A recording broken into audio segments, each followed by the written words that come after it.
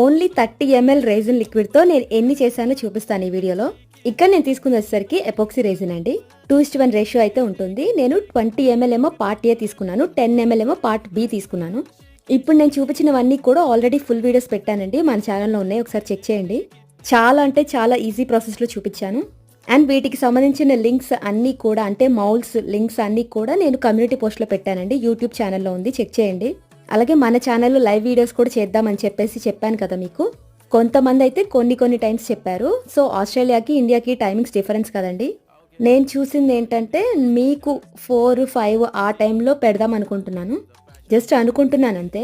మీకు 4-5 అయితే నాకు ఒక 7-7:30 అలా అవుతుంది. ఆ టైం అయితే కొంచెం మా హస్బెండ్ కూడా ఉంటారు. సో ఇంకా తను పిల్లల్ని చూసుకుంటే నేను ఇక్కడ లైవ్ చేసుకోవచ్చు. లైవ్ వీడియో ఎప్పుడు అనేది నోటిఫికేషన్ లో పెడతాను. సబ్స్క్రైబ్ చేసుకున్న వాళ్ళకైతే నోటిఫికేషన్ వస్తుంది. మీకు ఏమైనా డౌట్స్ ఉంటే లైవ్ వీడియోలో కామెంట్ చేయండి. ఈ షార్ట్ నచ్చితే ఒక చిన్న లైక్ చేయండి ప్లీజ్.